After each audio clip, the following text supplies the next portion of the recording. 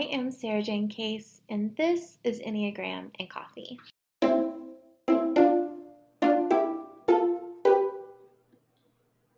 Hello, everybody. Happy Monday. In today's episode, we are diving a bit deeper into the concept of curiosity over discipline. I touched on this a little bit last week, and we're just going to go even further in. But first, my rose, bud, and thorn. So my rose today is I am fresh off of an Enneagram panel, which if you don't know, Enneagram panels are essentially where you get different Enneagram types to discuss what it's like to be them, things they've learned, ways they've grown. And sometimes you do multiple people of the same type all up at the same time.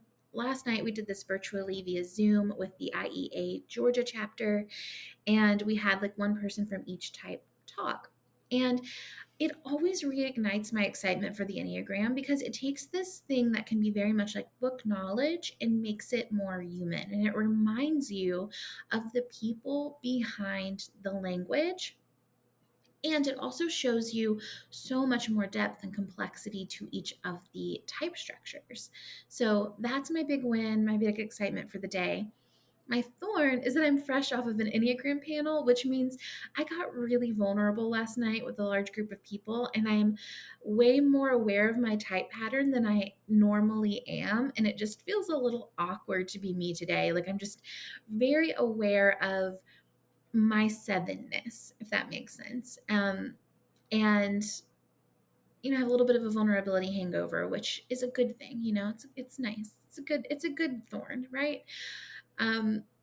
And my bud is the weekend. So I'm recording this on Friday. I worked a 12-hour day yesterday, which is super rare for me, but I am ready for like a big crash. I don't know what I'm going to do this weekend, and I like that. I'm just going to take it as it comes and really just let myself have the rest or the play or whatever it is that I happen to need, and I'm very much looking forward to it. Okay, let's dive into the concept of curiosity over discipline. I'm going to start this episode off with an excerpt from my book, The Honest Enneagram. You guys can find The Honest Enneagram at thehonestenneagram.com or anywhere that you buy your books online. If you have a copy, this is on page 21 under the section Soften Your Path. It goes, we all have habits that simply aren't serving us. The Enneagram shines light on those very vividly. There are self-help gurus out there teaching that the path to growth and change is simply to focus more, to keep going even when it sucks, to buy more products, and to just be better. And I couldn't disagree more. Personal growth isn't about discipline. It's about understanding and making micro shifts to be closer to who you want to be. It's about relationship. I used to think that my lack of progress meant that I just wasn't trying hard enough, or honestly, that I was a failure. If I could just discipline myself enough, then I would be worthy of the good things I wanted in my life. It wasn't until I decided to stop forcing myself into someone else's definition of good that I felt the freedom to truly start making shifts in my life. It wasn't until I quit disciplining myself that I was able to take huge steps in my personal and professional lives.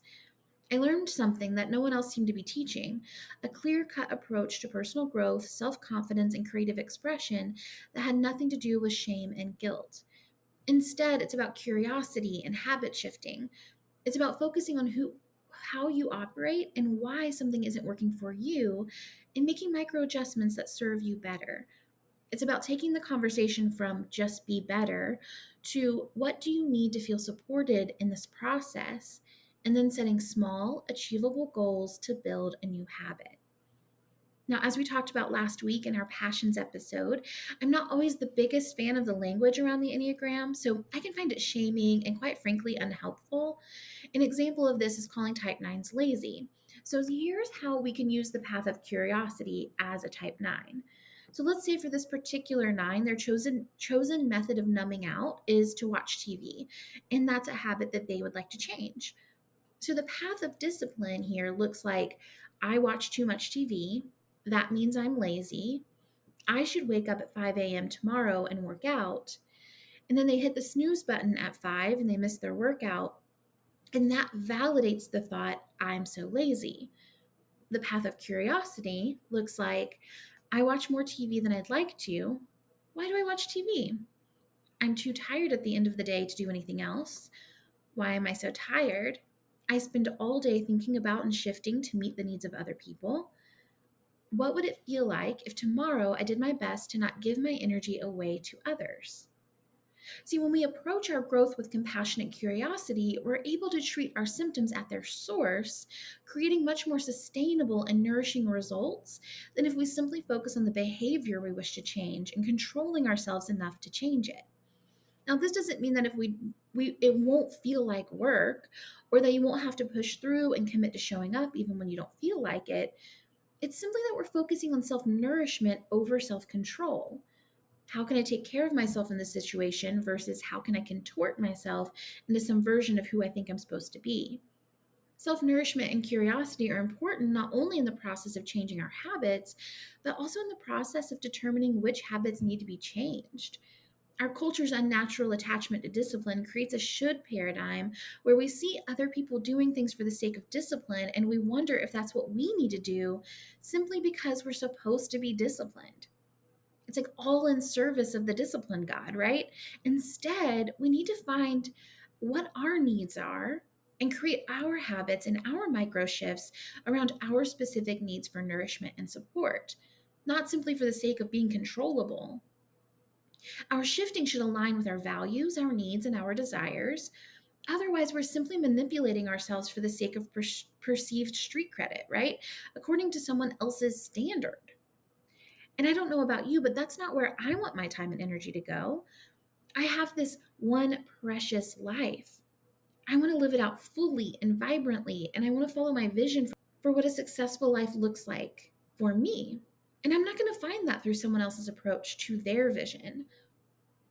Now, in tomorrow's episode, we're going to dive a bit deeper into this concept and even get into some practical application. So, join me tomorrow if you want to keep this conversation flowing. Now, today's food for thought is from Bill Ayers. Your kids require you most of all to love them for who they are, not to spend your whole time trying to correct them. And my question for you, listeners, is don't you deserve the same?